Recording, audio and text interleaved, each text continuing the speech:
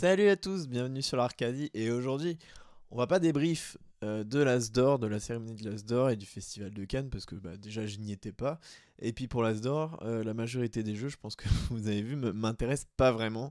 Même Challengers qui était un jeu qui aura pu être intéressant, au final voilà je trouve qu'il est incomplet dans ce qu'il propose, mais il y a bien quand même un jeu qui a retenu mon attention. Il s'agit de District Noir. Et oui, un jeu à deux donc. Moi je suis plutôt friand des jeux à deux et celui-là est arrivé avec un concept qui est quand même pas trop mal, qui est quand même assez original et donc je voulais en parler aujourd'hui. Donc c'est un jeu qui est sorti chez Spiral Edition, donc je crois que c'est un de leurs premiers jeux si je me souviens bien. Ça joue donc à deux joueurs. Le jeu dure 15 minutes environ, les parties. Donc ça c'est pareil, c'est très bien.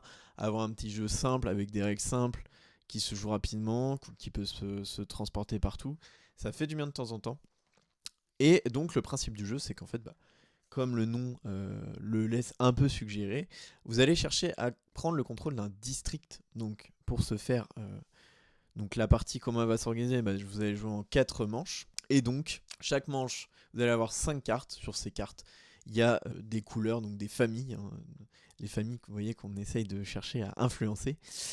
Des familles qui ont différents points de victoire notés dessus. Et en fait, le principe, c'est que vous avez 5 cartes en main à chaque manche. Vous posez une carte, ou alors vous prenez les 5 dernières cartes qui ont été posées. Mais vous pouvez le faire évidemment une seule fois par manche. Et à la fin de la partie, si vous avez, par exemple sur une famille, vous avez plus de cartes de la même famille que votre adversaire, eh bien vous prenez des points de victoire. Et souvent ça, quand vous en avez plus pas mal, vous avez le contrôle sur plusieurs familles, je pense que généralement vous gagnez la partie.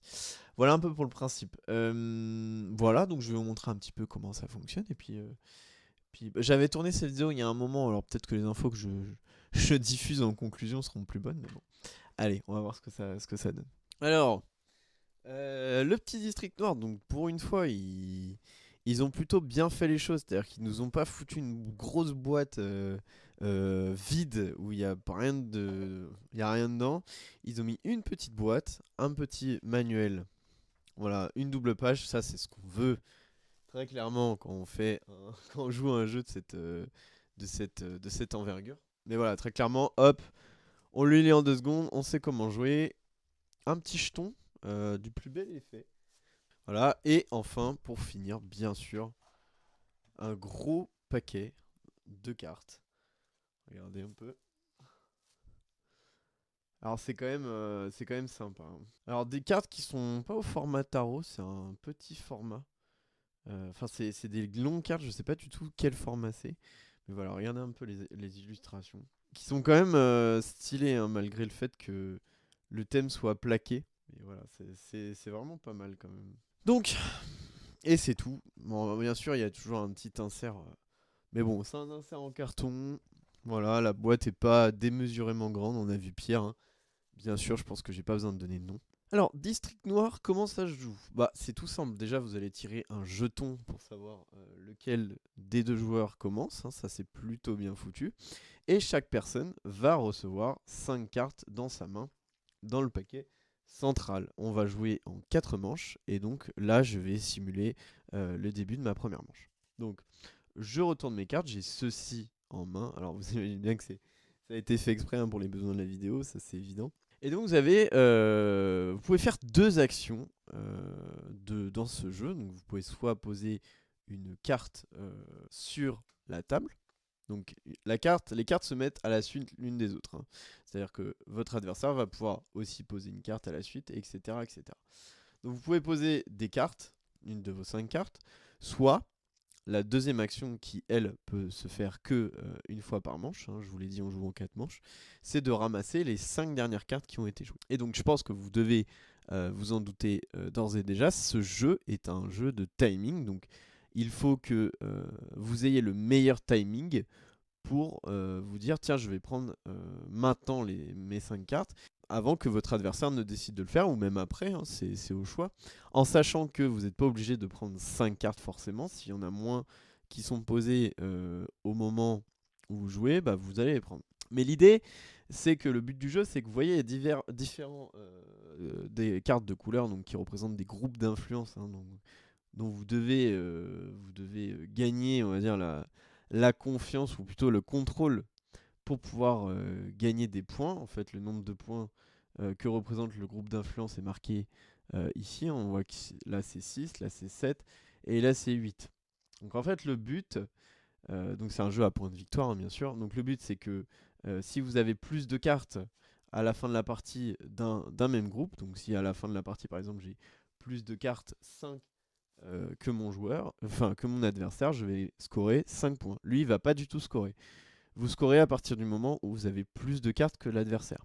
Si vous en avez autant, si on avait tous les deux autant de cartes, 5 d'influence, on ne marquerait pas de points. Ce qui, forcément, vous imaginez, peut offrir des stratégies en se disant, bah là, je vais essayer de faire en sorte de le bloquer, de lui annuler son gain en prenant autant que lui. Donc vous avez, voilà, je vais poser les cartes de ma main. Vous avez donc ces cartes-là, je peux là les ramasser.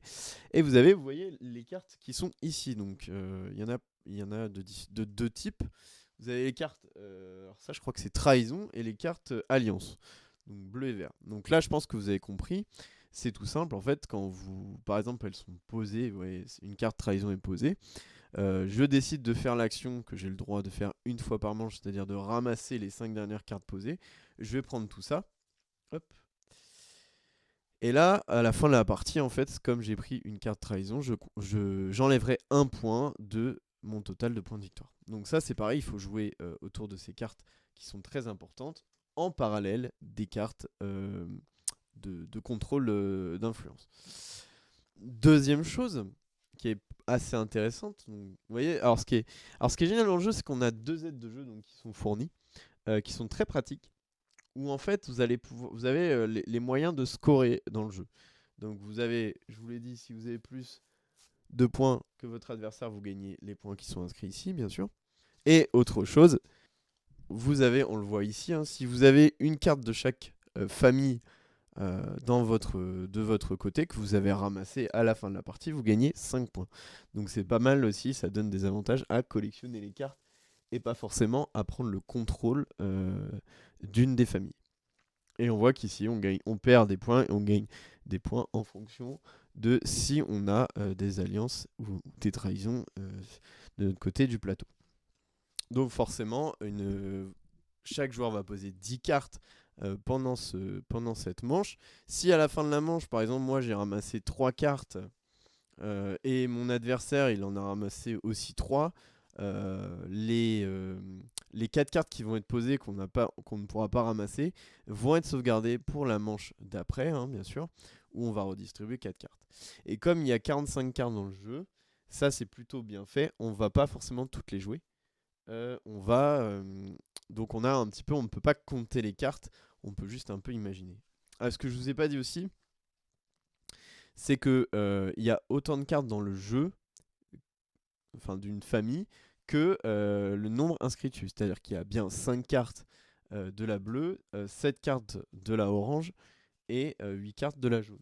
Ce qui fait qu'en fait, elle rapporte plus de points, mais par contre, vous allez en avoir besoin de plus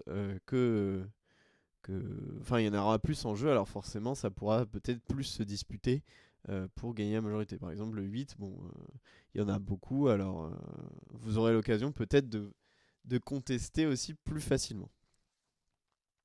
Enfin, voilà, je vous laisse un petit peu imaginer les stratégies que vous offre le jeu.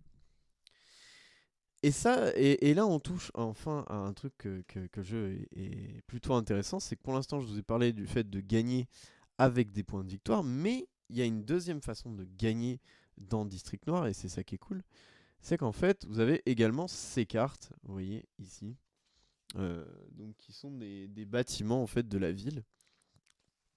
Et ces cartes-là, il y en a 3 dans le paquet de 45 cartes. Et donc quand elles sont posées, mettons avec d'autres cartes, hein, je prends un exemple. Donc elles vont pouvoir être posées aussi comme n'importe quelle autre carte, hein, je vous l'ai dit. Et vous pouvez vous dire, bah tiens, je vais ramasser tout ce petit tas là. Donc de mon côté, je vais trier mes cartes avec les points. Je vais me dire ça, les 6 vont là, les 8 vont là, et le bâtiment va là. Et en fait, l'idée, c'est que si vous réussissez à récupérer 3 bâtiments dans la partie, vous gagnez instantanément la partie sans le comptage des points. Alors ça, là vous vous dites, mais pourquoi est-ce que c'est difficile de réussir à réunir ces bâtiments, ou est-ce que c'est plutôt facile, et dans ce cas-là, il y a peut-être une condition de victoire qui est plus abordable que l'autre. Et moi j'aurais tendance à vous dire que en fait c'est une sorte de menace, c'est une sorte d'équilibre, de la terreur comme j'aime bien dire, c'est-à-dire que vous devez pas les ignorer, parce que si vous les ignorez trop, votre adversaire il va prendre l'avantage et vous mettre sous la menace d'une victoire comme ça, mais en même temps rien que d'en prendre une, et au moins ça vous empêchera de vous dire bah je vais perdre à cause de cette condition là. Et à la limite, si votre adversaire n'est pas assez vigilant, vous pouvez choper les deux autres et gagner. Donc c'est très important de les jouer, ces cartes. Vous pouvez pas les ignorer, parce que si vous les ignorez, ça va vous retomber dessus forcément au bout d'un moment. Et donc voilà, et donc si vous n'avez pas fait cette condition de victoire là, bah écoutez, vous faites 4 manches donc, de 10 cartes à chaque fois, et à la fin des 4 manches, vous comptez les points tout simplement, et celui qui a le plus de points gagne la partie. Alors vous avez vu quand même le jeu.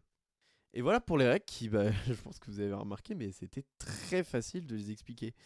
Et bah, ça, j'aurai l'occasion de le dire dans quelques instants, mais c'est une grande qualité du jeu. Bon alors, pas mal, hein. Franchement, ce qui était super agréable en faisant le tournage, c'est qu'en fait, je me suis rendu compte que, bah, je le savais déjà, hein, évidemment, mais que ça a été très simple d'expliquer les règles, et que j'ai pu le faire en même temps que jouer, et ça m'a pris 2 secondes, quoi. C'est vraiment un signe que bah, ce jeu, il est super abordable, dans le sens où les règles, vous pouvez les expliquer en 5 secondes à quelqu'un, mais la profondeur stratégique du jeu, bah, elle va se dévoiler au fur et à mesure. Au début, vous allez beaucoup gagner avec les bâtiments, parce qu'en fait, les gens vont pas forcément se rendre compte de la menace que ça représente. Et au fur et à mesure, ça deviendra vraiment, comme je l'ai dit, l'équipe de la terreur. Et donc, vous allez jouer de vraiment. C'est une sorte de. Mais de toute façon, le jeu est un jeu de gestion de timing, où vraiment, à quel moment il faut prendre les cartes, à quel moment. Est-ce que j'attends un petit peu encore pour me dire, tiens, je vais prendre un petit bonus. Et là, on voit l'adversaire, bah, lui, forcément, il pense à la même chose, il ramasse tout, et vous êtes dégoûté. Et voilà, et c'est ça ce jeu qui procure ce genre d'émotion, c'est de se dire, mais ces occasions que vous avez de vous dire, est-ce que c'est maintenant, c'est le moment où je dois apprendre les choses. Et ça, pour ça, c'est vraiment assez unique comme feeling que j'ai ressenti en jouant à District Noir. Et bah écoutez, les illustrations, franchement, sont top. Moi, j'ai vraiment beaucoup aimé, je les trouve très belles, malgré le fait que voilà, le thème est très plaqué, hein, c'est vrai que bon, d'ailleurs, je sais même pas si c'était ce thème-là à l'initial, je me suis pas assez renseigné, mais bah, le fait que voilà, bon, c'est un thème gangster et tout, on s'en bat un peu les couilles, on va pas se mentir, mais bon, ça fait super bien son office grâce aux illustrations un peu classieuses. Donc voilà, moi j'aime beaucoup ce jeu, c'est un peu devenu un classique pour moi, je le sors quand il s'agit de faire des jeux à deux. Après attention, il faut avoir la personne, parce que comme c'est un jeu à deux, il faut avoir la personne en face qui est un peu dans le mood, hein, dans le mood compétitif, dans le mood on se creuse la tête. Et c'est pour ça que pour moi, il pourra pas forcément gagner l'As d'or, parce que même, alors déjà c'est un jeu à deux, et bon, c'est plus compliqué, déjà il est nominé, c'est assez ouf. Mais dans un sens, vous pouvez pas y jouer avec tout le monde. C'est-à-dire que il faut quand même avoir quelqu'un en face qui soit dans le mood réflexion, qu'est-ce que je dois faire, enfin, qui est quand même la dynamique de un peu de compétition. Et donc si vous l'avez pas, ça va pas forcément parler à tout le monde. Ils vont pas forcément être dedans, quoi. Voilà. C'est pour ça que pour moi, il gagnera pas l'As d'or, et que Acropolis sera beaucoup plus universel que District Noir, même si bah, dans mon cœur, forcément, District Noir, bah, top, quoi. Vraiment un excellent jeu. Très peu cher. Je vous l'ai dit, 15 balles. Voilà, c'est parfait. Achetez-le, testez-le avec des amis, avec tout qui vous voulez. Je vous le conseille sincèrement, c'est un très bon jeu. Voilà, je vous remercie d'avoir regardé cette vidéo. On verra donc le gagnant très prochainement de l'As d'or, donc qui sera donc Acropolis, hein, évidemment. Mais n'oubliez pas District Noir, il mérite vraiment sa place de gagnant de nos petits cœurs, hein. J'espère que pour vous aussi c'est clair. En tout cas pour ceux qui connaissaient le jeu, j'espère que mon avis, je rejoins votre avis au mien. Et si vous connaissiez pas le jeu, bah écoutez, testez-le, sincèrement, c'est un très bon concept. Et voilà, voilà. Je vous remercie d'avoir suivi cette vidéo et je vous dis à la prochaine. Et n'hésitez pas à laisser un petit pouce bleu et à vous abonner. Salut!